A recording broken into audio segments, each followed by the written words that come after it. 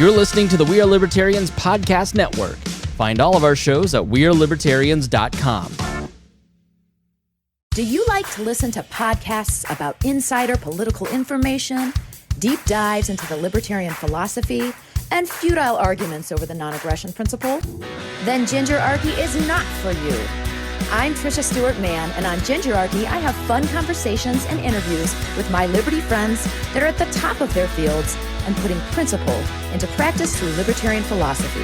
This is not a stuffy philosophy podcast where people simply talk about principles.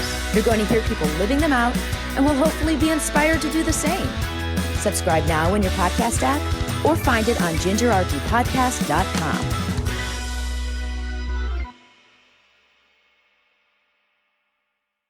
In the span of 2 years, podcast advertising has become a billion-dollar industry. Why? Changes to social media and search engines aren't getting the same results as they used to. And let's be honest, why would anyone want to financially support them? Plus, the loyal audiences of audio brands have a better return on investment. Need more convincing on that? Look up Edison Research's Infinite Dial. As the longest-running libertarian network, the audience of the We Are Libertarians Podcast Network have been our partners in growth for almost a decade. We are looking for advertisers that will enhance the lives of our listeners, and we have only 6 slots available for companies that are looking to grow with us. Volume matters in advertising, and no other libertarian brand can offer you over 40 episodes across 10 shows a month while reaching tens of thousands of people for one easy monthly payment. It is simple. Email me now, Chris Spangle, at chrisspangle.com, and let us start supporting your business as you support ours. You're listening to the We Are Libertarians Network. Learn more at wearelibertarians.com.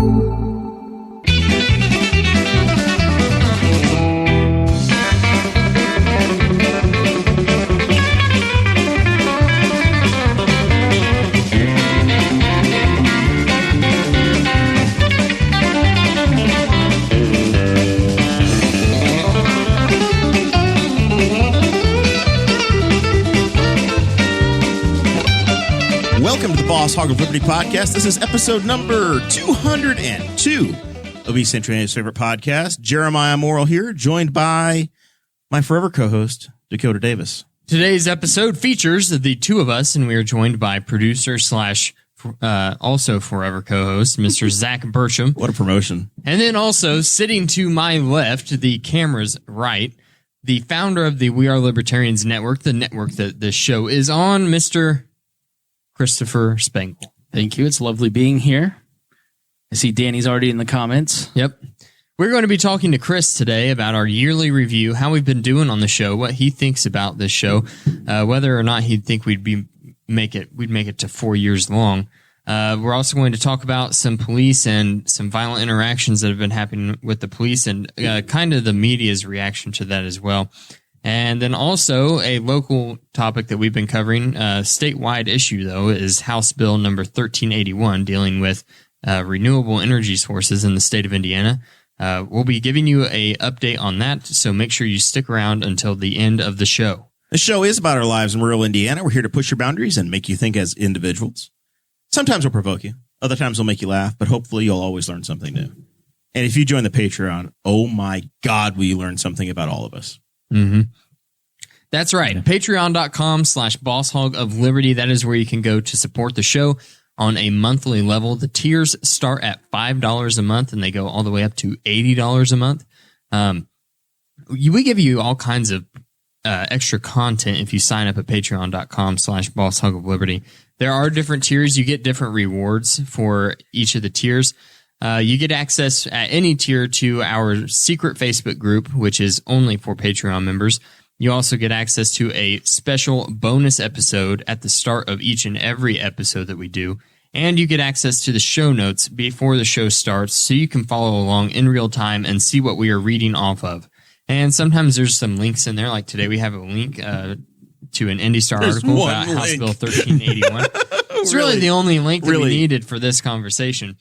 When you invite Dear Leader in, you know you can have something planned, but it's not going to work out that way. No. What the hell is the point? Why bother? We're going to have a fun conversation. The reason we bother is because we promise it to the people on that is true. It is exclusive content that they get.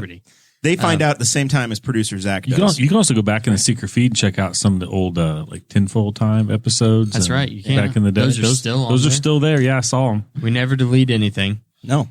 We also live stream the video in the Facebook group, so it's just like this. You get basically, and this week we tried Vegemite. We talked about.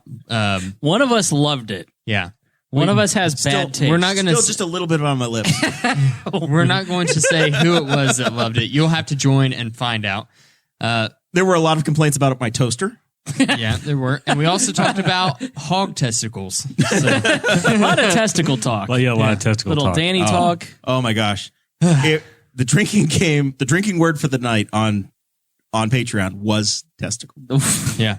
You'd be unconscious right now. Yeah? If you sign up at patreon.com/bosshogofliberty at more than $50 a month, Damn. then you get a shout out at the front of each and every episode. Those folks are our favorite Liberty lover up in Fort Wayne, Indiana. That is Miss Christy Avery. Oh, she's the best. She's Yes. incredible.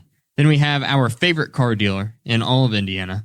Just going to say all of Indiana, the whole state. In the nation. Yeah. Andy Moore, Buick GMC in Fishers, Mr. Jonathan Phillips. I got a real compliment on my GMC that I bought from Andy Moore today from Dear Leader. Oh, I love whatever. It's like It's a black Jeep with the black wheels. It's the like- GMC Terrain Black beautiful. Edition. Yeah. You haven't even seen the sunroof. That sunroof goes on for miles. I love it. I don't know where the sunroof goes. It just keeps. It's like damn near a convertible. My car has a sunroof, and it's not like the sunroof my parents had, where it was like this much crack. It's like it's the whole top of the car. It's great. it goes on forever. Things are really getting better in this country. I'm telling you. And then the biggest fan that we have by monetary donation, Mr. Chris Lamb. Huge fan of the show. We're a fan of his. Round of applause to Brought Chris. us our shot glasses, our IMS shot glasses, and barware. And he's that we brought us used last cigars. week. Every time he's been on the show, he's brought us cigars. Yes. Which Excellent. I just Do you want to give a shout out to Hody Johns, who has apparently right. found his credit card number again, and he has rejoined the Patreon. he deleted us. The man that ruined Dave Smith's Now he's back. reputation. Yeah, that Hody Johns of Utah is back, and Mark Rutherford is, I think, 2 or 3 weeks in now. Nice. back in the program. So we have some celebrity. We also Patreon had members. We T-Chip. had the We Are Libertarians Network. Evan McMahon, the state chair, Lucy Brenton, the vice chair, Mark Rutherford. They all joined the Indiana Libertarians. We're all getting along. It's great. Nice to see. Doing great. See how long that lasts. Well, I plan to fist fight Evan later this week, but Hopefully it's a fundraiser. yeah. We also have T-Chip stores. That's where you can go to get your Boss Hog of Liberty merchandise. tchip.com/BHOL1234 or BHOL mug. Producer Zach is putting the links to all of those in the chat on the live stream right now. So you can just go ahead and click on the link and it'll take it to whatever piece of apparel you desire. BHOL4 is the masks, but we're probably going to be deleting that next week because Indiana is a free state now. And we are Yeah, but it's we're just not going to voluntarism. support it anymore. I didn't wear a mask into the Pizza King. Me either. I wore mine. I'm not fully vaccinated like you posers over there who say, "Oh, I got my card."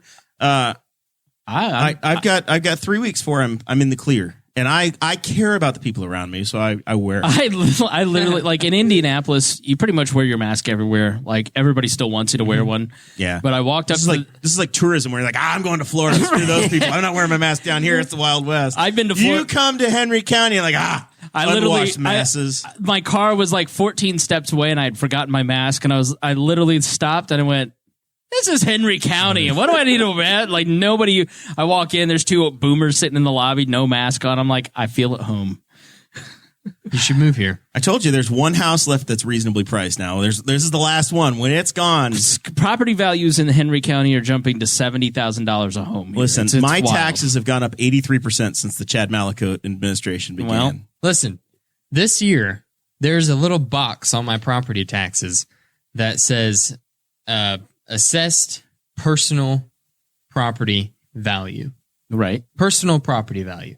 I don't know what that means, but last year it was $500, and this year it's $6,300. What? Yeah. You're kidding. You got something on your property they're taxing you on. Did you move the doughboy on your property? I can neither confirm nor deny. He could only wish. The only thing I can think of is we had the exterior of the house.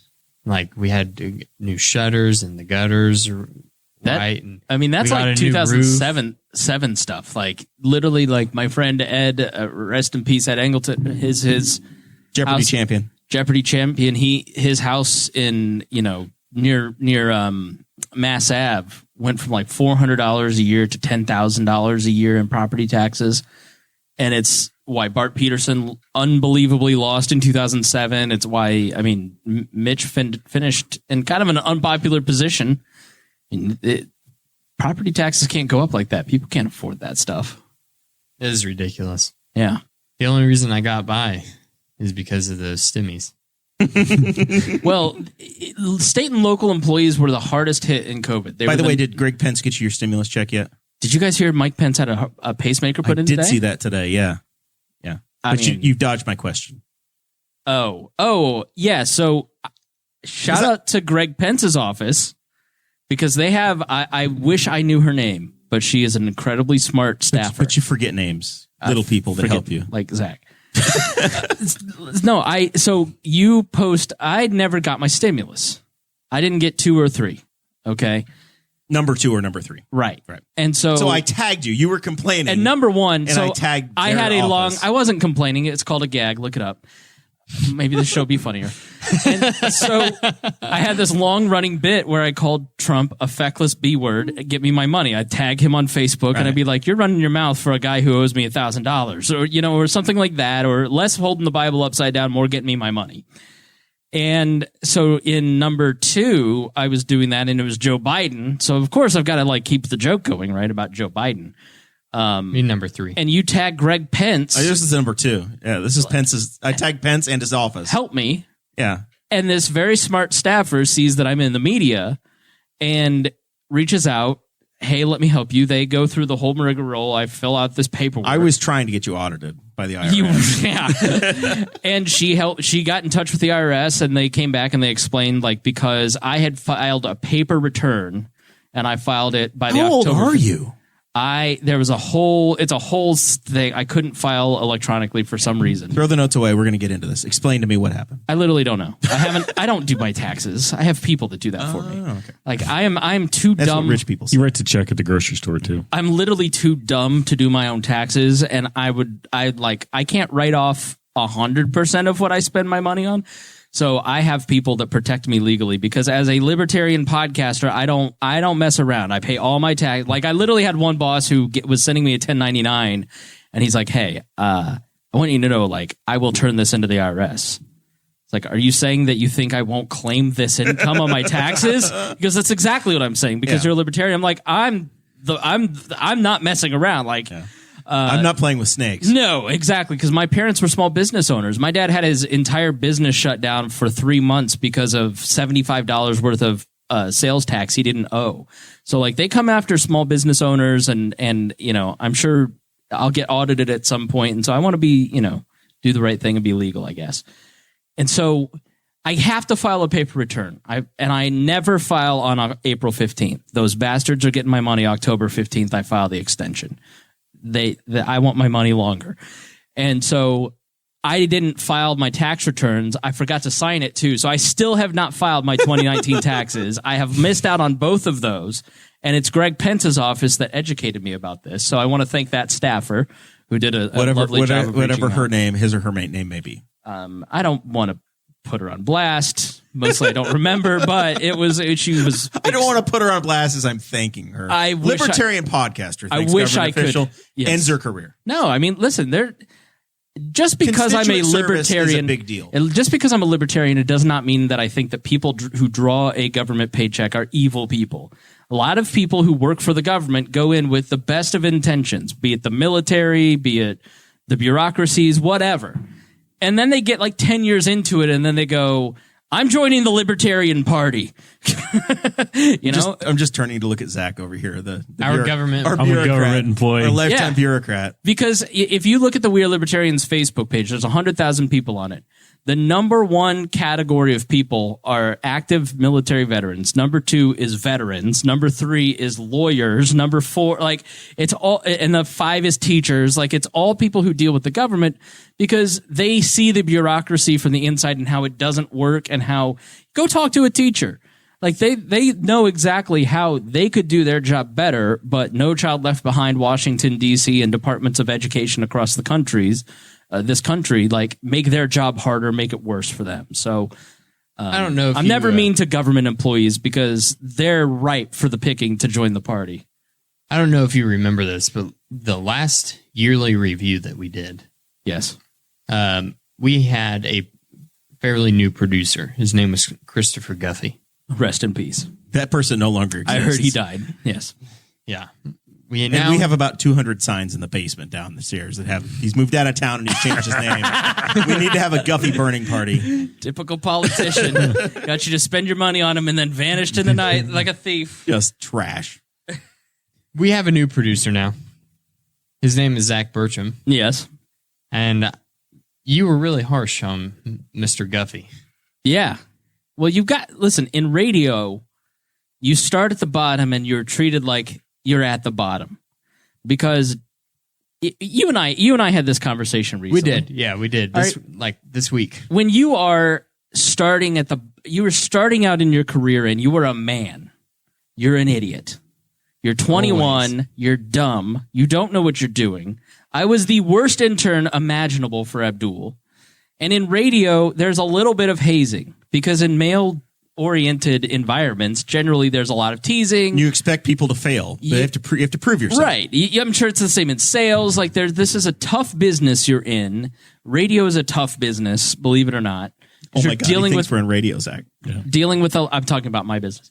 We're dealing with a lot of egos. You're dealing with not the people I work with, they're all great. But in general, radio is a lot of difficult people. And so you always, as an intern, I was hazed. I was sent down during the smoking ban debate in 2005 to count 50 paces away from the front door of the Emmis building, our competition. And Abdul and Andrew knew that was the middle of the street at rush hour in the morning. I didn't know that because I'm an idiot intern and I'm literally in the middle of the road. I'm going to get hit by cars. It was hilarious. It was great comedy, but you get hazed a little bit, right? And if you're going to be in an environment like this, if you're going to be in a friend group, you've got to stand up to a little ribbing. You got to be a little tough on people. Then people got to learn a little lessons every now and then, or else you're going to, in his case, get killed, or in my case, you might post a meme that is not appropriate. Very, very comparable situations. Similar, yeah, right. So I have grown to respect Chris Staten as a man. The little people. Chris, what was his name again? As a former broadcaster. He's a family man now. I'm proud of the growth that he has made. He has a special needs dog. He's done very well for himself. It's Mason I have a problem with. Mason needs to grow up and get his stuff together. Well, nobody's even seen from Mason in years around here at this point. Mason was your little buddy. Like it was literally like he was your I bring him around. Yeah, vacation your with emotional him, support. All producer. of that stuff. He was our intern. Right. Chris is our producer and intern Mason. They'd go camping and Mason would sleep in the bed at the foot. He would pull my boat for me. It was great. I go somewhere, I pull the camper, he'd take the boat. No, Mason's a nice boy. I'm just teasing. And I don't think I've been mean to Zach. Not yet. Zach and I met. That's what the conveation was about. But Zach's a man. Zach's a man, and he and I have met. How old does Zach look to you? 39 and a half. 38. He's pretty close. Yeah, I thought you were going to get right on the head. I was over-exaggerating. He was exactly 1 year off. I'm 38 now. I was going to say 37 as a real guess, but 39 and a half for comedy. Well, Guffey says I'm 45. Yeah, he plays him. Now, the running joke on this show is that none of our audience knew how old Mark Brim was until it came out on the air, and everybody was floored. I got more emails about Mark Brim's acting. I was shocked. I thought it was a joke in the 57, moment. 57, right? Yeah, that's what everybody thinks. Mark Brim and I are the same age. and it's not even to look.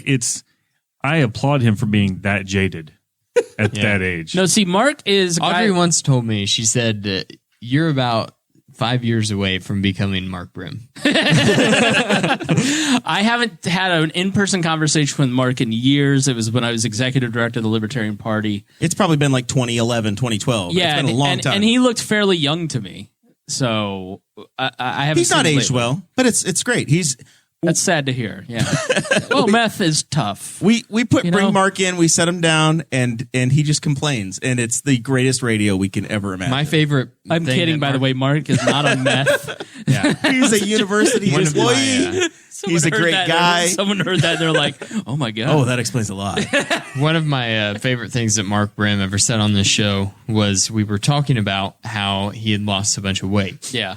And I was like, what'd you do? Just start eating right or whatever? And he said, walks and cigarettes. That's like Chris Bowers. Did you ever hear of Chris Bowers, who used to own the Morty's Comedy Club? Chris has been a guest on the show. Great comedian. You know how he lost like 100 pounds? He'd buy one of those giant bags of popcorn, and that would be his meal for the day. And then the next day, he would eat a mixture of Swedish meatballs and cocktail weenies. And he'd eat one meal a day at 4:00 every day, and that was his diet for 6 months. And I think he gained the weight back, but he looked great. Of course he did. He crash dieted. That's how it works. Mark Brim posted a picture of himself when he was younger, his Kicks 96 April Fool's thing, and he looks just like a friend of mine who is the same age, and they don't look anything alike now. So at one point, these two looked the same as an adult, and now they're unreckoned. They don't look anything alike. It's the walks and cigarettes. Mark looks great. You're young. You're like mid-20s, right, Yeah. Dakota? So like all your Facebook friends are young and hot still. But like, did you go to public school? Yes. I'm not even going to ask Mr. Homeschool over here. Like Dropped out after the 6th grade. at our age, like there are sometimes I'm scrolling through Facebook and I'm like, they look amazing. And then there are sometimes where I'm like, who's that old person? Oh my God. That's There like is my a locker change. mate. There is a change that's happening, and some people have been on a rocket ship, and Yeah. other people are like, God, you're doing fine. There's some people that like look in my brain look the same. They haven't really changed. Like any changes in their appearance since high school has been like subtle enough that I'm like, oh, they look the same as they looked in high school. My dad is like that to me. I look at my dad and he still looks like the exact same. Yeah, I got really bummed like 2 years ago at my brother's wedding. And I like was sitting across from my wedding. I was sitting across from my parents. Shut up. And I was like, You'll get another crack at the apple, buddy. my parents are getting old, because in my brain they still look exactly like they did when they were 35, right? Yeah. And I'm totally with you, but it's harder when your parents are. Oh, we're into knee 60s. surgeries and all kinds of fun stuff now Yeah. with my parents. Let's That's talk the way it about goes. the police. Oh, we're not done with our review. Is that all he wanted to say about No, us? let's just stick on fun stuff. Who wants? I mean, we can talk about that stuff, but Okay. Well, we'll skip part of it because I do want to just talk about fun stuff. This has been, I don't want to get too heavy. Did you think we were going to make it 4 years? Yeah. here's what I will say. When Here's we're what, gathered around my sunroom back table trying to do episode no. 1. At that point, no, because that was not only was it not good. I don't know who else was on that. It was you, Audrey, Dakota, me, and I think that was it. Okay, so Maybe Sarah. I think it was just I four think of us. Sarah was there, and it just didn't sound good. Once we got rid of you. I was the thing holding that together. Trust me. Like, let's be honest. You've called some horse shows at that point, but I'd done some podcasting in my life, and like, I was like, all right. When somebody pitches me a show on the network, because we're the longest running libertarian podcast now that some people are in jail. And so John McAfee? no others.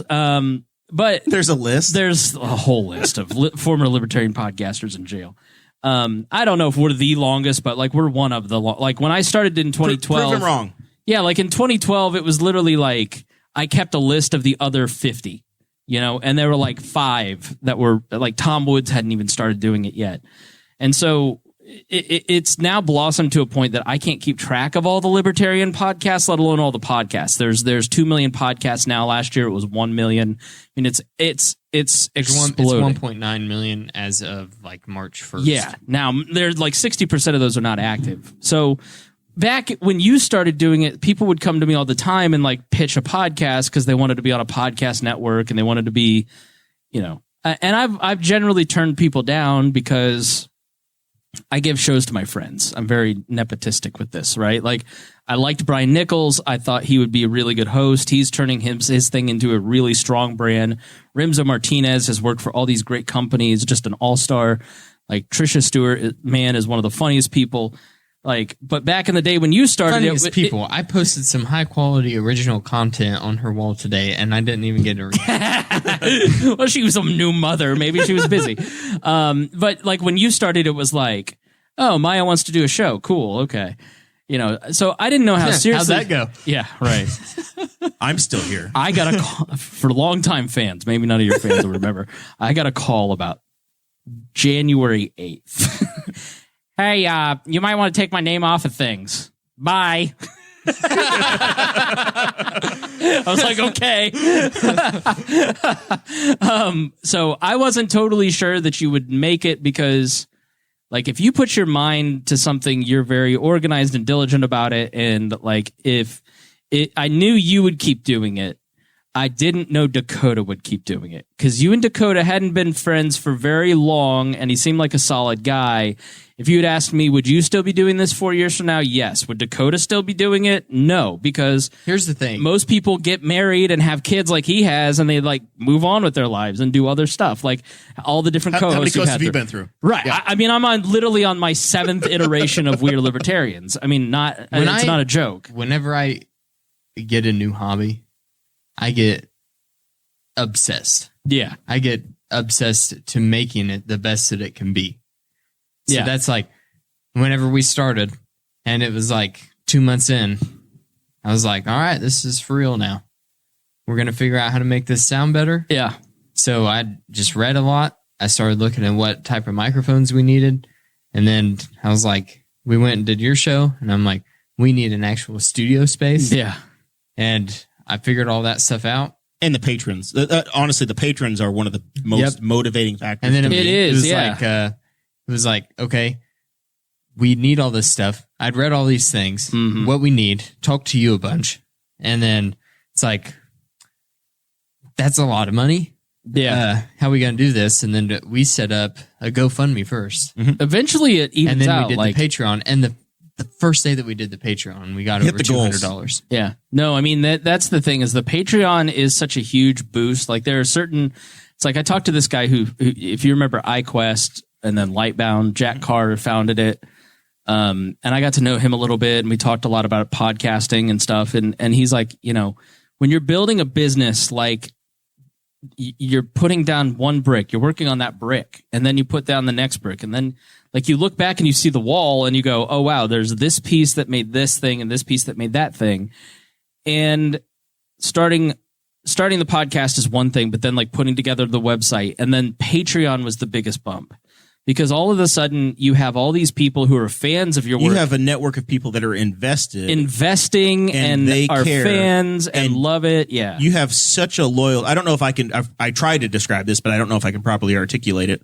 But for over 200 episodes, I've tried to show the appreciation to the people that make this possible. Yeah. Because I call this my golf game. I don't really go play golf. Yeah. This is my hobby and it gets paid for. Yeah. Right. I get to show up. I have incredible conversations, great friendships, and it gives us an avenue to explore topics and to learn together and to also uniquely create a local news source that doesn't exist in this community otherwise. Yeah. And what's cool about Patreon is like, if you get something of value, you're giving something of value back to make this better. Like from where you started in that little board that you sold without my permission, that was mine, to now having your own. It's multiplied. You have your own studio, your own lights. Like I just sent him a note for like, here, you should get these lights to make this better. And this way it's going to cost $400. Like for my Patreon, like I just had to buy $500 of equipment for a new podcast.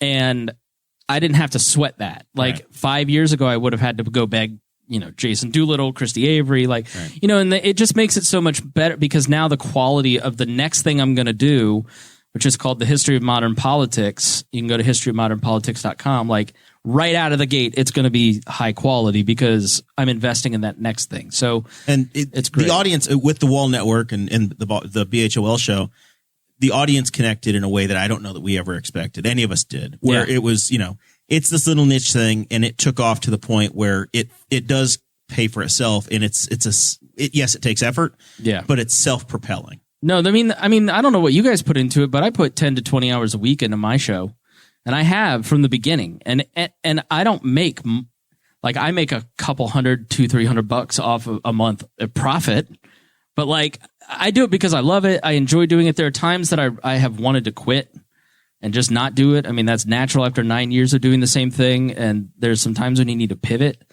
But the patrons make you want to keep doing it. The notes of "I love what you do" keep you going. If I quit doing this, I know people will be disappointed, and I know I would be disappointed because I'd lose that outlet. You might need a week off here and there, but you love the show, right? Yeah, it's exactly total dedication. Right. And what I love about Boss Hog is that you guys, as my show has evolved into something different and a little more eggheady and like a different type of show and away from like the glory years of 2015 to 2017 that were so glorious we had to put them behind a paywall for all of our collective futures. No freaking joke. Yeah, like I've wondered about that. Like sometimes they'll pop up in my Facebook memories. I'm like, no, all that stuff. Everything from 2018 is free, but everything from 2012 to 2018 is behind a paywall. And like, listen, those were fun times, and there was a ton of camaraderie, but there were just several different breakdowns between Vibert leaving and Greg leaving and other people and their relationships breaking down. It was just like, I had to evolve it into something different.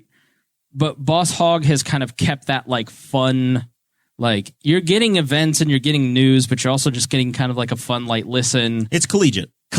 Yeah. As opposed to, it's like, why the hell are you here, Zach? Why do you enjoy this? We were literally next door to you. Yeah. And you would watch this show, and I think that's the only reason he likes it. And then here you are. Because he likes podcasts, trapped. And there was one next to his house. And it was pretty interesting. That was fascinating. And he's so desperate to get out of his house on Thursday nights. He said, I'll be there. Yeah. And it got me involved in like local, in local politics, I said this I think last week in 200 probably, it's fascinating because you get to know people. One thing that's unique to Newcastle, like some people like to knock Newcastle when we talked about small town life, is that like I go to city council meetings regularly. I know half the city council, as in I knew them as people with not them being on city council. Like I graduated with the mayor's son. Like I can go through and tell you all those people. I see them around town. I saw Corey Murphy. Which one of the city councilors did the most drugs? Biggest slut. Any of them did. Aaron Dickin. Aaron Dickin. Dickin could take. I saw Dickin today. I was like, I want to thank Corey Murphy and Aaron Dickin for not hitting me while I was running this week when I saw them, because that's always a treat. I don't know. Mayor York was a flower child. Probably. So. Yeah, I think that what you guys have here is community. And that's what's great about the We Are Libertarians podcast network. Like all the different hosts, we fight. I don't fight with libertarian podcasters. Like I don't get into all that. Like these guys can, over in this caucus could do that thing and this. Like I'm out of that game, right? But like I will fight with Brian Nichols and Dennis Reinhold all day long, right? Like I fight with you, like and it's because we have a family. Like we're having a pool party July 15th, 17th at your house. I thought it was a secret. It's July 47th.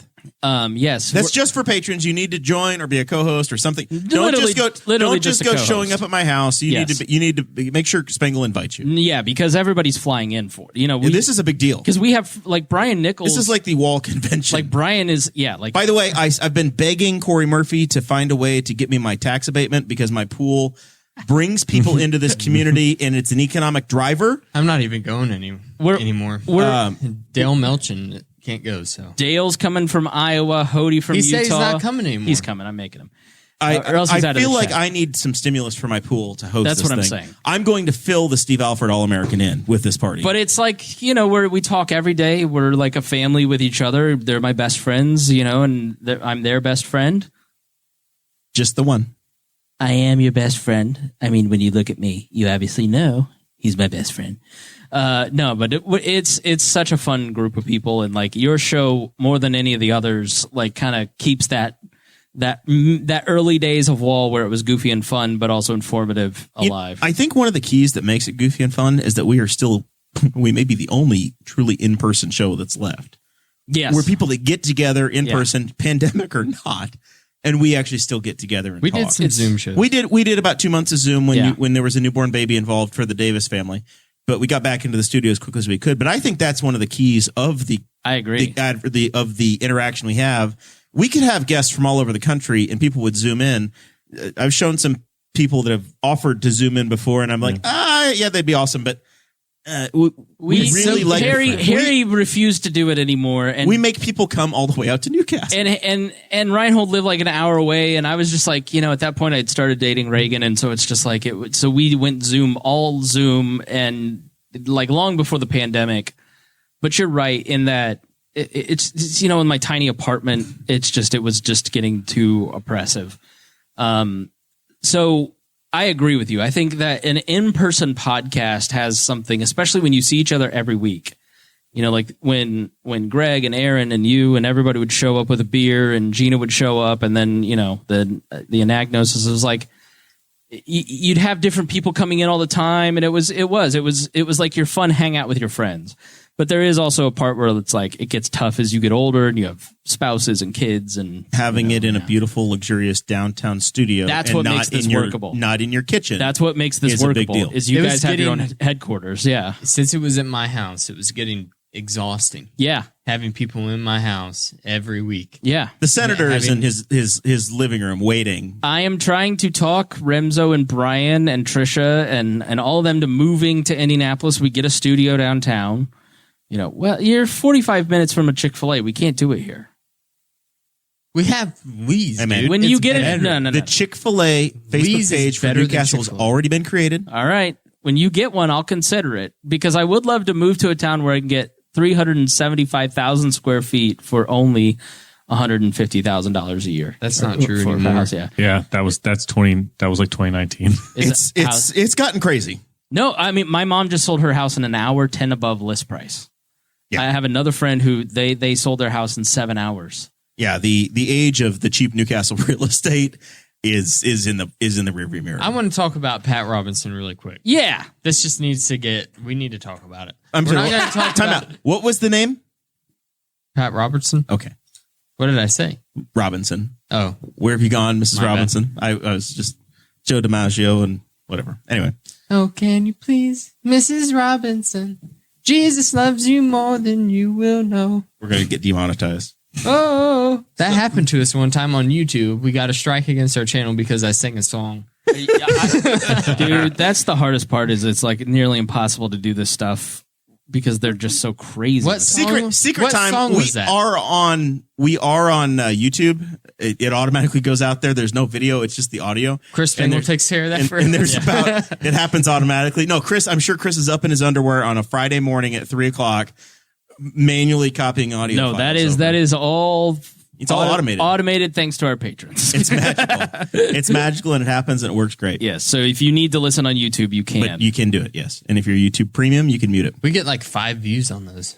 Really? There's like 5 people. And then we'll get some spam comment that's just some nasty, horrible thing, and I'll have to log in and delete some comment out. You can automatically port with that tool your Facebook videos to YouTube. That's very complicated.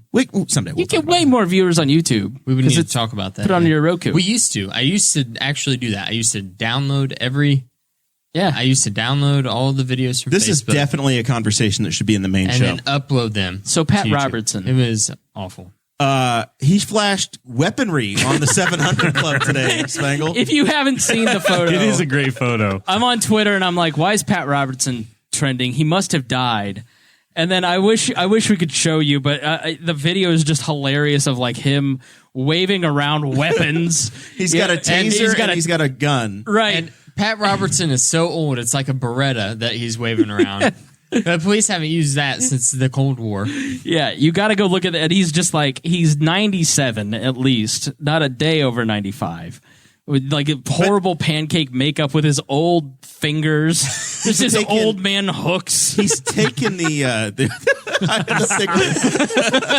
he looks like he's robbing. It looks like he's in like a Mr. Rogers cardigan, and it's just like it looks like he's trying to you don't have the I am pro-police, folks. I think we need the police. We need That's Ron Paul. Their service. And they do a good job. Are they in the same if person? They don't stop this onslaught, they cannot do this. You know, the police in Virginia picked up a lieutenant in the Army and begin to give him trouble. And our state police are highly trained. At what point in life do you think you get that voice? 97. What? I mean, when you start making that, when you've lost Pat Robertson, things are going badly for you. I mean, we're getting to a watershed moment where, police have a tough job. They have a damn near impossible very difficult job. And you can't. They're making judgment calls constantly, and it's a 99.99% do everything great, and then something doesn't go well. I think here's the thing. It's like I said earlier about government officials. When you have lawmakers and really a society that pushes those lawmakers to pass a law that criminalizes everything and regulates everything. Look at this table. Is there anything on this table that the government's regulations do not touch? And I'm not sure they entirely understand Vegemite. Yes.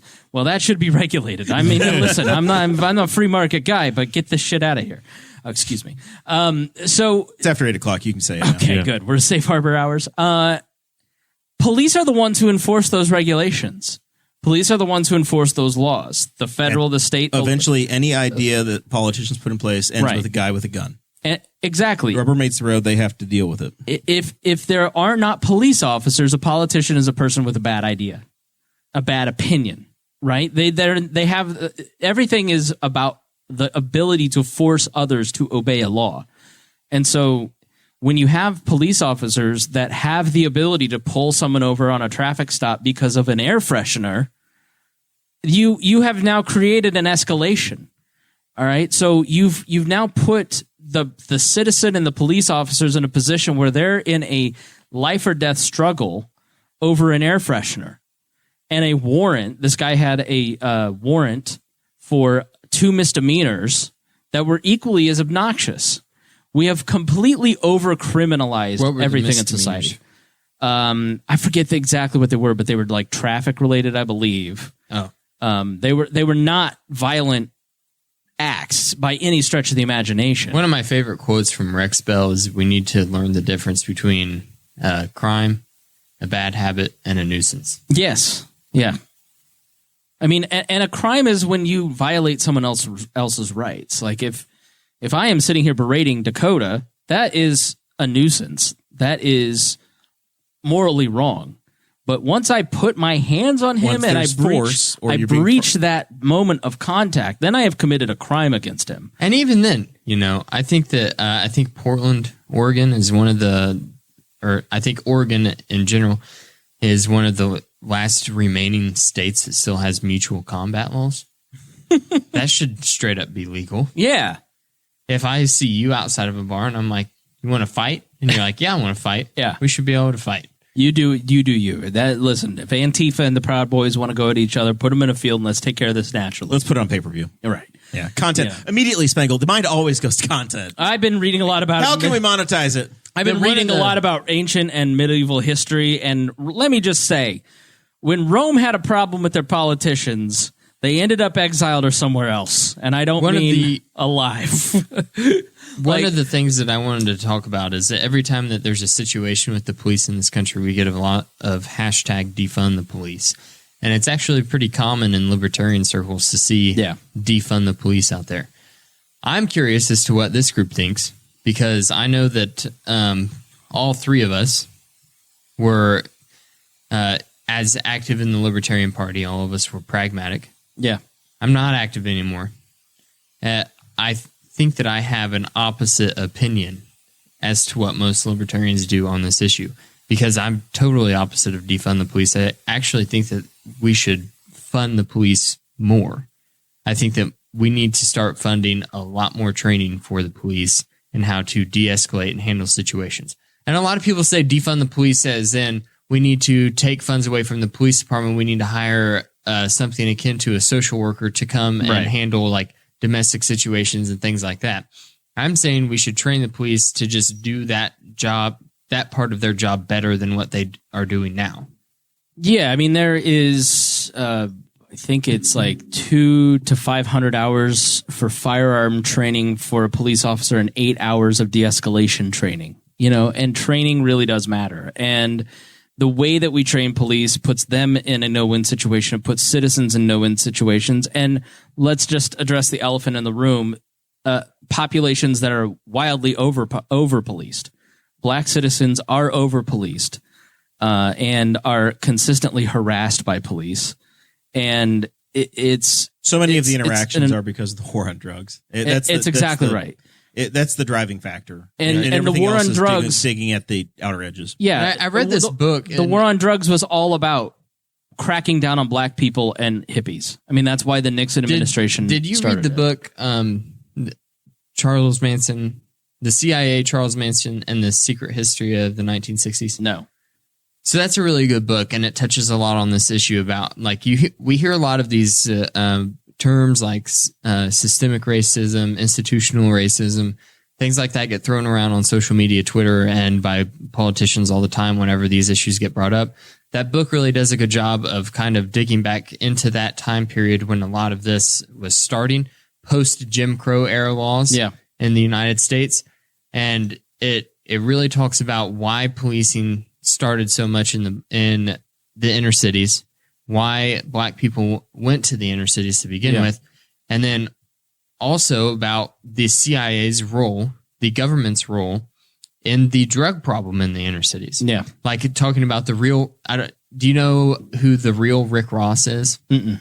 Isn't that when you click on a music video, and then it turns into the other? So that's a Rick Ross. Well, we know we know Rick Ross, the rapper, right? But the real, actual Rick Ross was a cocaine dealer, a crack cocaine dealer.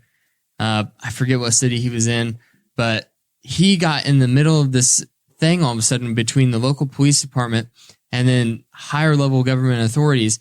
He was in the middle of dealing crack cocaine for the CIA, and he had no idea. No, I mean, he kept getting arrested, kept getting released. He had no idea why he was being released, but the police department wasn't allowed to hold him because the CIA was using him to funnel crack cocaine into the United States, and he just thought that he was a real legit gangster and couldn't be touched. Was it Blow where they're running cocaine for the CIA? I think. Forget what the movie was. That happened a lot. I mean, and if you go back and look at Nixon's chief of staff's comments in Harper's Monthly in the early 90s, Ehrlichman said that the entire reason that they started the war on drugs was because they had a problem with the radical left and the Black Panthers. And they couldn't, literally, like, this is almost a direct quote. We couldn't criminalize being black and we couldn't criminalize being a leftist. So we started cracking down on drugs in those specific areas of town. And so that's why marijuana got its name. Why? Marijuana was never called marijuana. It was tied back to, Mexican immigrants. Okay. And they said Mexican immigrants are bringing in this crazy drug. It's called marijuana. Right. And it was William Randolph Hearst. Yeah. Came up with the name on his own, popularized the name, and that's why marijuana is illegal. Yeah, I mean, so there's a ton to the war on drugs that when you get to defund the police, when you get to Black Lives Matter, when you get to what happened over the last summer and the Chauvin trial, many of us who live in this area and in white communities don't have the same level of enforcement in our lives. We don't have the same considerations. Like Harry, my co-host is black, and it really sunk in for me when he's like, I never feel safe leaving the house because I don't know if I get stopped if I'm coming home. Harry is not like, Harry's the most responsible human being. Like, that it's weird for Harry to say something like that too, because yes, he's not. Yeah, the attitude is that, oh, well, they are down there doing bad things, and if they would just stop breaking the law, it's like this Army veteran was driving with an air freshener. Like, at what point are you going to get that this isn't just about, they said, just follow the law? And to give a little bit of a backstory, if no one knows, the Army lieutenant was he was driving in his vehicle. It was a new vehicle. I think that this is right. It was a new vehicle. He didn't have the plates on it yet. Yeah. He had a paper plate that was taped he had two paper plates, actually. One was taped to the side window. One was taped to the back window. And the police officer, it was dark outside, so he couldn't quite see it, so he decided to pull him over, which is fine. I've been pulled over in that same situation, and I understood it. The back window is tinted super dark on my truck whenever they pull me over. They had no idea that I had a license plate. And it definitely could be the same situation. The driver of the vehicle, the Army lieutenant, is like, he's thinking about his safety now. Yeah. So he's like, I'm going to drive to a well-lit area. So he slows down below the speed limit, puts his blinkers on, and then drives to a gas station that is approximately 1.5 miles away. The closest gas station, he pulls into a well-lit area. And then that's whenever it escalates. Because he didn't think he pulled over fast enough. He didn't comply hard enough. Yeah, because the police automatically saw he wasn't pulling over immediately, and just the dude immediately calls for backup. He seemed to be a new police officer. Yeah. Because, did you watch the video? I didn't. In the video, the actual video that came out first is the second officer to arrive on the scene. It was a body cam, right? It was a body camera footage. I've seen like clips of it, but I haven't watched. Yeah, he was actually the second officer that arrives on the scene. Immediately gets aggressive. Immediately starts yelling at him. Get out of the car. Automatically, both officers have their guns drawn, and the dude has both of his hands stuck out the window. And he's like, "What did I do wrong?" Asking him what he did wrong. And the second officer kept telling the stopping officer, the one that started to make started the whole interaction, pulling him over. He kept telling him to get out of the way, like back up for a second, like telling him to leave. And you could tell that the first guy was super uncomfortable with everything that was going on. The first officer just kept giving him a look that was like, you've taken it too far, but seemed anxious to say anything to him. Yeah. And then just starts pepper spraying the dude in his face. And he says, he's like, the way you're acting right now, I am legitimately scared to get out of my car. And he says, you should be. Yeah, I heard about it. And the thing about him driving to, I can remember things back in elementary school. We had police officers come. They did like the DARE program and stuff. And that's something that you get told is 100% okay to do. If you're being pulled over and you're in a dark area and you're uncomfortable with where you are, slow down, turn your blinkers on. That way they know you're aware that they're there, and drive slowly to a well-lit place, because there are fake cops that will pull you over in the middle of a dark area and you turn the lights on just counting you. But like, I saw the video, I was like, he even pulled over in such a way that looked like he was near a gas station. Like he pulled over to the edge of the gas station, so all the lights were on his side of the car. And I was like, so he did everything that I had been told is okay to do. So it was but you're white. Was like, and here's the thing. He's like, man, he kept telling the officer, he's like, man, my seatbelt's on. I don't want to put my hand in the car and put my seatbelt on and get my seatbelt off right now. And he's like, he's just kept telling him, put your hands out of the car and get out of the car. Right. With your seatbelt on. But he can't get out of the car. Right. He's like, my seatbelt is on. He's like, take your seatbelt off. He's like, I'm not putting my hands where you can't see them. I think a lot of people who read a lot about critical race theory ought to just talk to one of their black friends about how they feel in those situations and try to understand that perspective, because I think that video is very indicative of not only like the thought that goes into getting pulled over, the care with which the person acts when they're pulled over, and then the way they're still treated by the police officer. And this officer did get fired. Yeah. And then you Thank have God. the case where the police officer somehow, which is what Robertson was talking about, mistook her gun for a taser, which is almost impossible. But you know, And I mean, it is different. Was it yellow? they're making tasers black now, like guns, which is insane. But the conversation around policing, it's not a matter and police officers feel unfairly targeted, and I don't think that that's totally fair. I think that the thin blue line has to crumble. It's starting to crumble with the Chauvin trial. You're seeing the police come up and just sandbag and bury this guy for improper procedure for murder. And that never would have happened in some of these other cases, like the woman in Texas who mistakenly said, "Oh, I went to the wrong apartment." The wrong floor apartment. Right. Like that stuff, the rallying around the bad apple, of which Chauvin, from his background, seemed to be.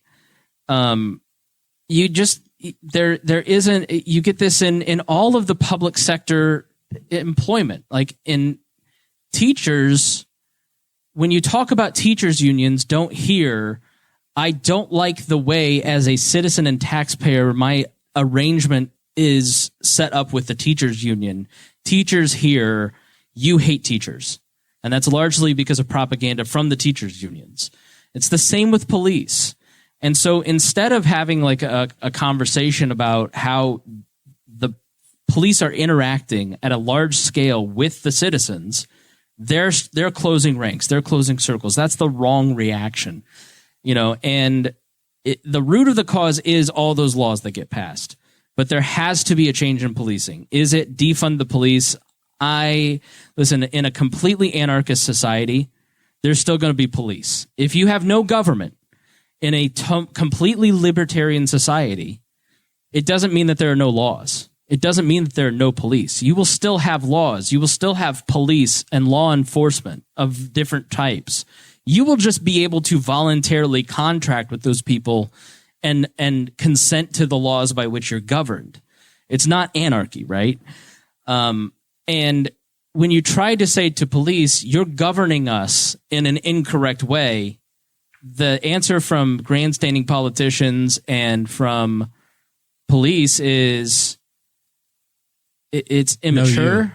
It's a middle finger to your face. And it's like, people are just not going to stand for it anymore. Like, sometimes you got to change. Sometimes the system does work correctly, though. I'm a little hazy on the details, but I know we had an issue in Henry County last summer. Yeah, there was an arrest last summer with a local officer, and he had the guy cuffed. He had the guy sitting on the curb. And then my understanding is, and it's rough, so I wasn't there. I remember hearing about this. He just started hitting the guy for like no reason. And he was cooperating. The guy was sitting on the curb, and the other officer stopped him, reported it, and he was fired. Yeah. He's gone. And he was not an officer that was like, that was his track in life. Like, I knew him younger, and that was he was like in kind of like the scouts of police when he was younger, and had been received awards and was getting extra training and stuff, but it was like done. He was just out. And I don't know who the officers were that like were there and said something, but I was like, they need to be applauded, because the issue, like you're mentioning, that the second officer comes in, just takes over. The one just watching them and is kind of, that's who needs to stand up and say stuff, because that's the biggest issue. And I get upset when I see some people, and I saw the meme that was shared around by somebody that said, like, what happens when all the good officers leave? They should be mad at the public. They should be mad at the officers that are doing the job poorly. The first officer kept just trying to butt in and going like, hey man, let's have a conversation and I'll tell you why I pulled you over. You should and then keep the other trying. dude just kept going, get out of the way. Like just pushing him out. It goes back to what we were talking about earlier with the hazing, right? Yep. So you don't tease and haze, not like violently, like just jokingly haze new people for no reason. You do it to enforce the workplace norms because you have no real power over those people. And it's basic group dynamics. And so if you don't have citizens from the outside of the profession going, you aren't a regular citizen as a police officer. You are the vanguard of the state. You are the person that is enforcing the state's interaction with its citizenry. You are of a different class, and not a special elite class that gets different privileges, but one that is more susceptible to be policed by citizens because you are protecting rights. And protecting rights is the main duty of the police officer of the government. And, in Dakota's case, and what we were talking about at his workplace, where he's become the old man kind of yelling at younger employees, and me being kind of a mid-level guy at my company and working with newer people, you're setting the standards. You're not the boss, but you're saying you can't act this way in this workplace, because if you act this way, the team is not efficient. The team is not successful. You will not get ahead. If you act this way, you're going to put maybe lives in jeopardy if you're in a situation like Dakota, or you're going to put a multi-million-dollar brand in jeopardy because there's millions of eyeballs watching us. You don't get to act this way. And if police officers don't start stepping up and saying, we serve and we protect, we don't just let other people get away because the public is against us, and all this bullcrap victimhood narrative that comes from specifically the conservative side, but on the left, there's a lot of victimhood too. It's like, that's not what any of this is about. It's about you failing your duty as the vanguard of the state to protect this person's rights. The citizen in that video is more important than the police officer, because the police officer has the greater burden of responsibility to make sure that citizen gets out of this okay. And shame on the politicians for passing laws that allow them to pull people over for dumb reasons like having an air freshener in their window. But ultimately, that's on the ultimate vanguard of protecting rights, the citizen. The people of Newcastle are the ones who get in their in the politicians' faces and say, we don't want windmills. We don't want the doughboy moved. We made fun of that stuff, but that's exactly what the stuff that's supposed to be happening. But it happens for dumb reasons like the doughboy. It doesn't happen when Dakota's property taxes go up thousands of dollars. So people just kind of shrug. So this is a great segue. It's like you're professional at this, Thank Chris. you. House Bill 1381 is the bill that was dealing with home rule and energy, solar and wind farms. Right. Betsy Mills, Susan Hume, Bobby Plummer were all on here about a month ago. It had passed the House. It was on a fast track to becoming law. Got into the Senate, got modified, and then very interesting comments from Senator Mark Messer about the bill as it got modified, and then eventually it's died and it's dead, and it's not going to be coming through in its current form. Yep. Mark Mesmer said that the bill did a complete 360. It went from taking authority away from local governments on the positions of renewable energy sources such as windmills and solar farms, and it went the opposite direction and wound up protecting the role of local governments in these positions. So it kind of reinforced home rules. So the conversation that the three elected officials that were on this show a month ago brought forward was the state told us, we have to defeat this at our local level. We have the authority at the local level. The state can't do anything about it. You have to do it locally. The House General Assembly, the Republican-led General Assembly, said there's investment that's not coming to these communities. We have a patchwork of laws and rules. We're going to take control at the state level, and we're going to tell you how to do it. And that's when they raised their hand and said, no, local control means local control. Yeah, remember what you told rules. us? Yeah. So that's the fight that's been happening. And it's comical to me to see I've tried to explain to people outside of the listening range of this audience the absolute deep fervor of the anti-wind. It's truly odd. It has ended the political careers of every elected official. Every county commissioner has been completely removed. Almost the entire county council, one cycle, it was entirely remade. You saw Trump start to get into that towards the end of his presidency and really milk that before the election. And it's a thing. There is the state just barely started to nibble at it and got it was like reaching your hand into a tank full of piranhas, and they just start chunking at you. That they got a taste of it. It is a what is the phenomenal political power? Like what? It's the third rail of rural politics. Well, you're going to ask why? You're going to ask why. The best argument that I've ever heard against, because there are all these arguments about like, they say there's health issues related to it. It kills the birds. Right. That's all by every major actual peer-reviewed science is a load. Right. But the actual best argument I've ever heard came from Betsy Mills. And she said, we don't want them here because they're going to put them in places. It's opportunity cost. Where potential development could happen. An expansion in the county. Because of setbacks, you couldn't develop that land. Right. So you have all this lucrative farmland off of 3 here in Indiana that you put up a bunch of windmills and then all of a sudden you can't put warehouses by 70, by 69. Right. Yeah. Retail, housing. You're eliminating as Indianapolis is continuing to grow north and east. We have I-69 and I-70 right here. I-69 misses Henry County by about 5 inches. Right. It comes right to here. We are essentially have 3 interstate interchanges now. Potentially one more on 70 is on the master plan, and we're very close to having one up at I-69 in the Middletown area, which is known for their lamb fries, by the way, if you listen to Patreon. Yeah, but that is not why Bertha or Betsy in the middle of the country, So a lot of the folks have a not in my backyard attitude. right. They don't want to look at it. There's some jealousy between landowners that are going to make some money and others. Gotcha. There is you go. There is a now balance. Now we're cooking with gas. There is a balance between my property and what I can decide versus the conversation of, well, only 10% of the people are going to benefit, so I'm not getting mine. Yes. You're right. So it's always economic jealousy. But I still have to stare at him. Partially like when my grandmother in Plainfield, Indiana, Cracker Barrel moved in and I-70 put up a giant Cracker Barrel sign.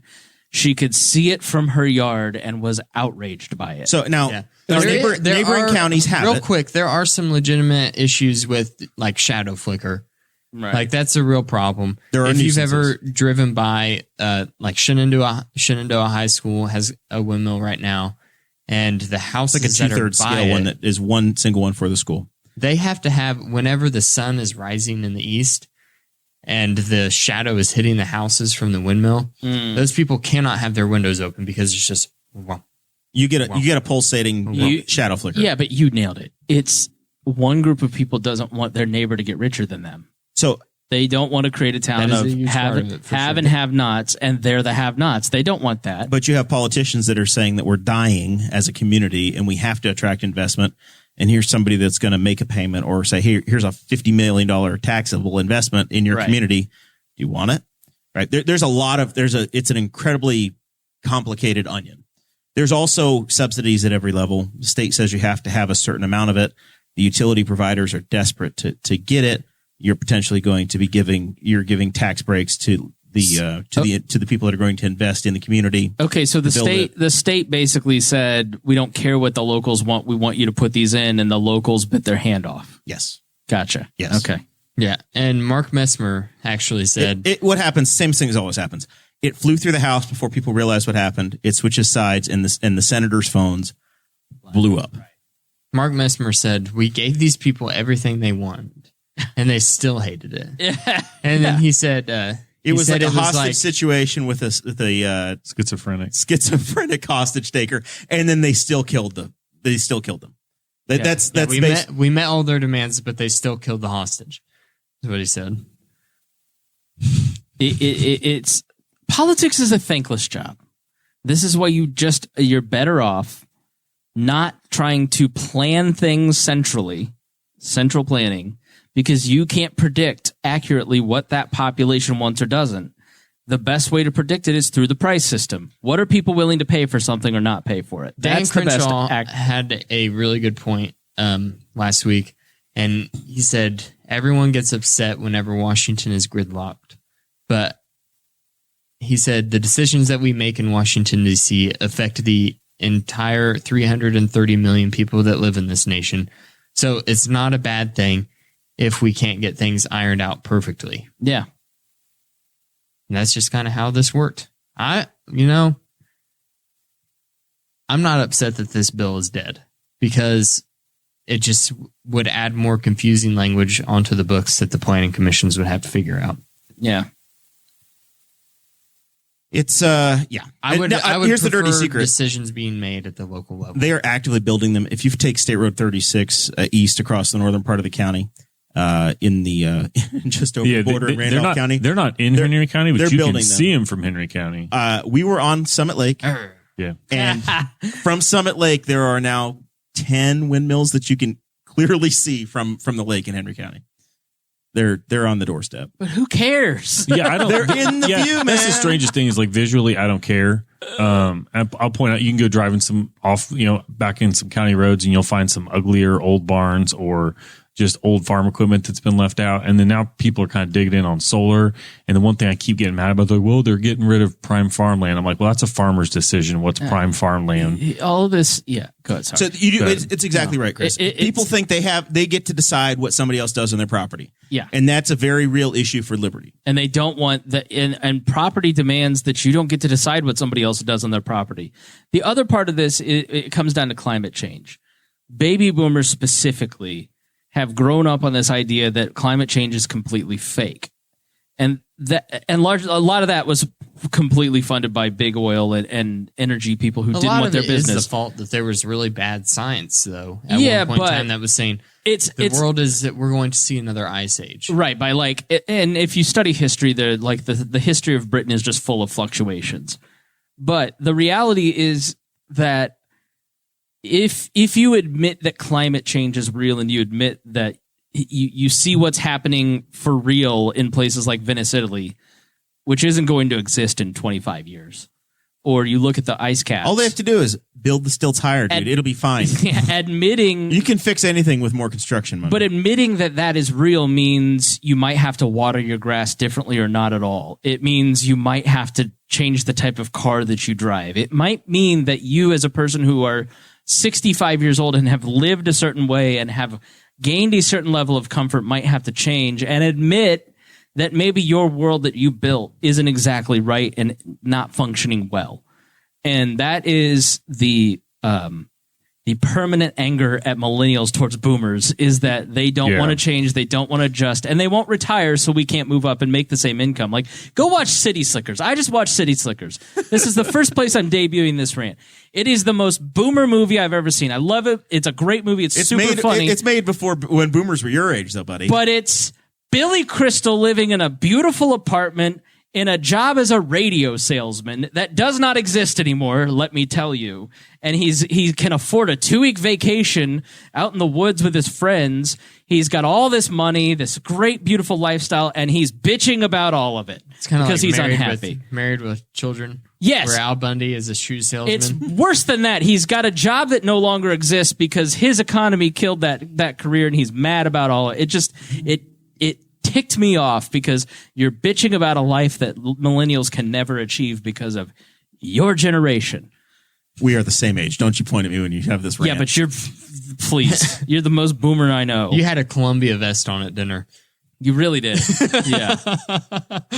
That's basketball. Well, it's like the bass program. It's like the people that are trying to. I'm always like, what's Kevin McAllister's dad doing Home Alone that he can just afford to like? Right. His family just flies off to vacation every Christmas and takes all of them. Yeah, it takes them all to France. I don't know why all these kids are doing pyramid schemes. Oh, I don't know, because two incomes aren't doing it for everybody anymore because you inflated the currency. Not for nothing, but he's like on his 8th camper. So don't tell me you're not a boomer when you're on like your 8th camper over here. How many garages do you have full of boats? I have one garage for my Navy.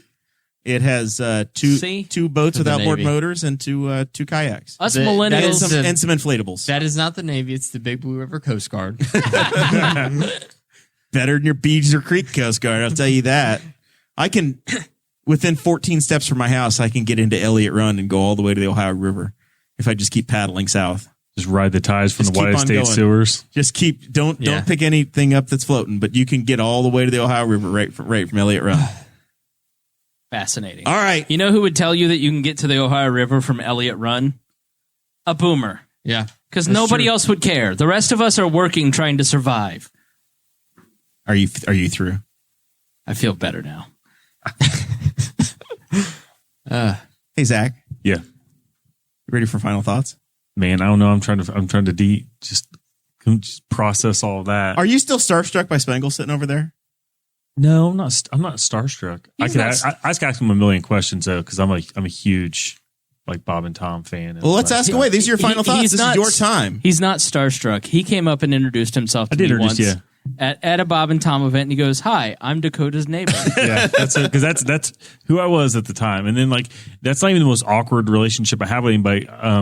Grace was handing out water at the Mini a couple years ago, and I said, "Hey, Grace," but because I was running, it sounded like the principal from Ferris Bueller's Bueller. Day Off when the Race! yeah, it was like race, and I was like, oh, I'm never. That's a horrific moment in my life that I'll never forget. But you got But but you met her later. I met her later and said, oh yeah, and I think I was chatting on when she was on the show, and I was like, oh yeah, that's me, and she acted like she remembered me. I don't know if she did or not.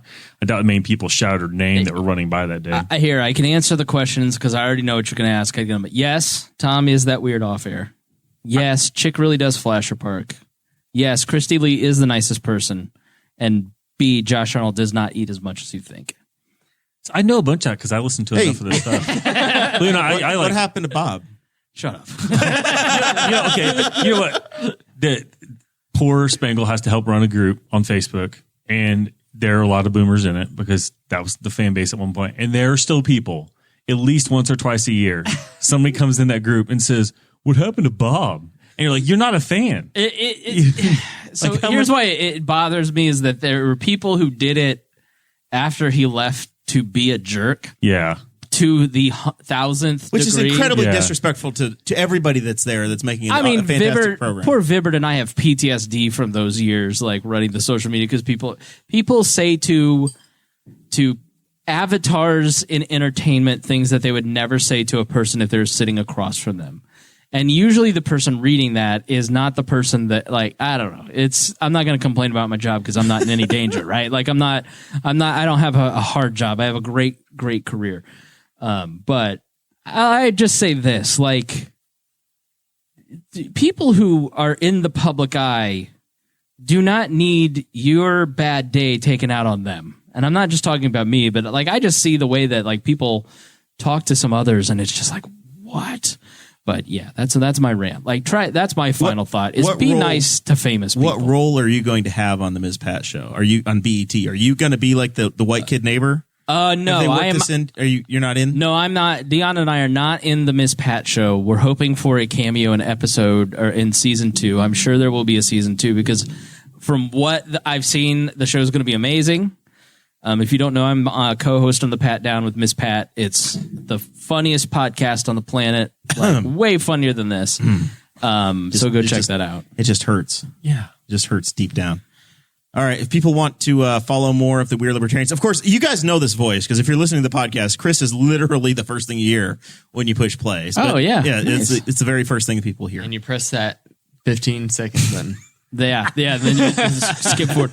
Go to chris-spangle.com. You can find all my different projects from the Pat Down, my work, and the Chris Spangle Show. And make sure you go to historyofmodernpolitics.com and sign up for the email. That's the new one. That's the new one. That is for the wall patrons. 6 to 9 months in advance, you're going to get a twice a month history show. We're basically what Matt Whitliff and I have been talking about for 6 years. Is you can't truly understand modern politics if you don't understand history. And we initially wanted to define libertarianism, conservatism, and progressivism. And the more we kept like working backwards, like, all right, 1994 isn't far enough. So like we're starting at 94 and like working our way forward and eventually ending with like, okay, so where did gun rights and all those arguments start? You know, but we're starting basically with like the development of you don't want to constitutional. zoom through it too fast. You're going to be like, oh shit, we're at current day. And there was all this. Like the show's over. We literally have our outline is 53 pages already. We've been working on this for a year. It's going to start next month. This is how you chose to spend your pandemic. No, literally. I mean, yeah. I mean, my goal this year is to read 2 books a month. I think I probably listen to 30 minutes of podcasts a week because I'm reading so much right now, and it's been that way for a year. I mean, I'm reading 4 books on antiquity right now. I just finished 3 books on medieval history. I've read Bede from 700 AD. Like we've put a ton of work into this. Are you still holding paper books? Are you Kindle reading now? No, I do both. Library, or you're buying, or have you all of it, baby?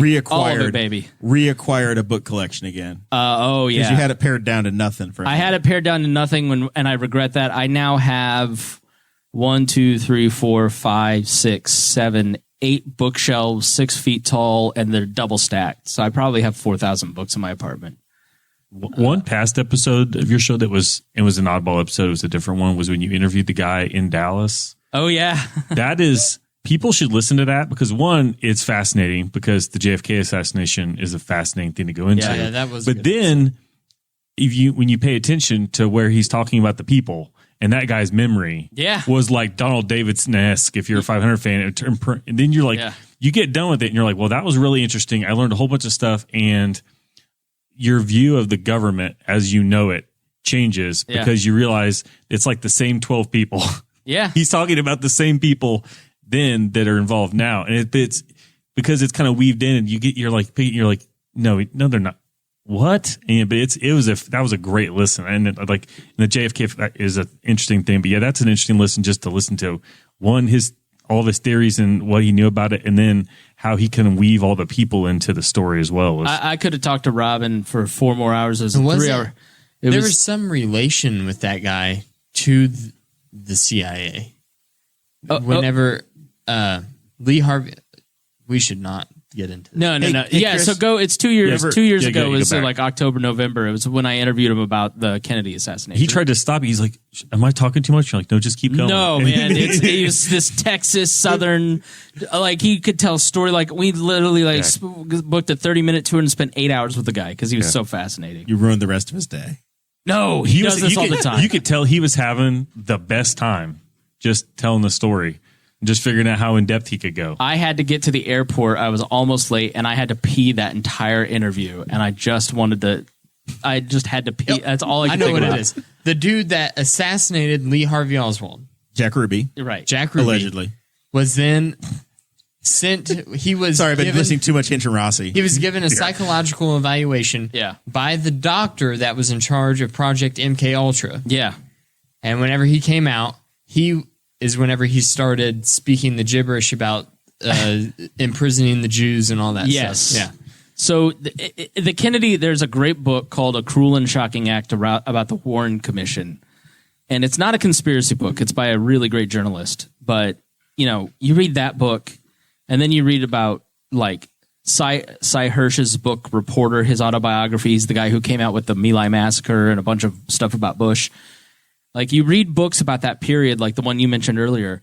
There's this one guy that worked for the CIA. I think it was James something. He was like the number 3 in command at the CIA at the time. And like this guy pops up in Watergate. He pops up in the Kennedy assassination. He pops up in My Lai massacre. He pops up like he's like this one dude who kind of like. The government is way smaller than you think. Like, people think it must be super hard to get into some of the upper echelons of some of these places, but it's like being in politics here. Just show up. Be consistent. If you want to be He's always there. If you want to be a top libertarian podcast like the Chris Spangle Show, you don't have to be good.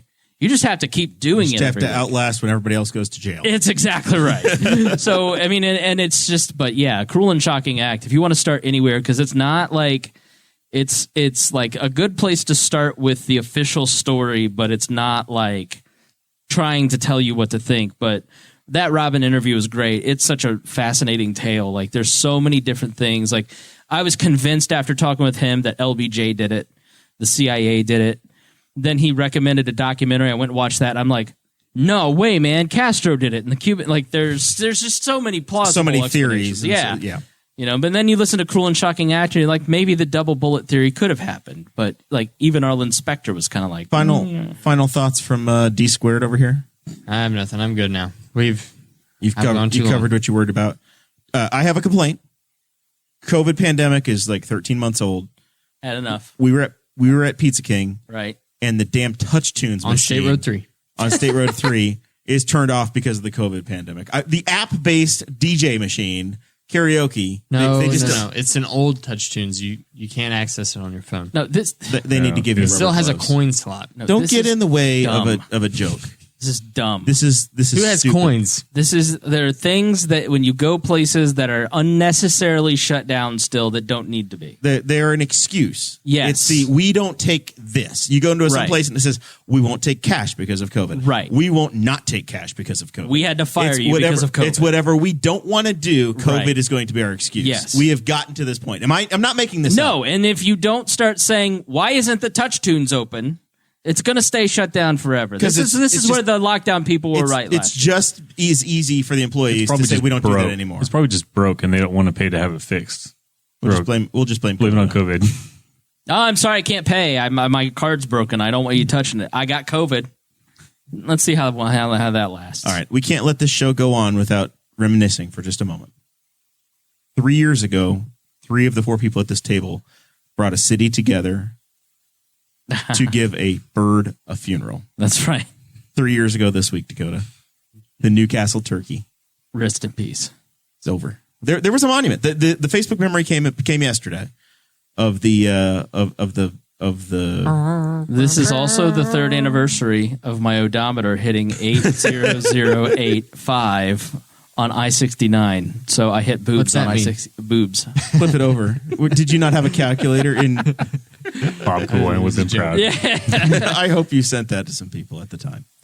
All right, that's all. Next week, we have a very special guest booked. I have not reconfirmed, but I believe we have John Orevitz on next week, Nice. Formerly of ESPN, author of the Split book. It's getting ready to come out, and I think also a book on the history of Pac West racing, which is fascinating as well.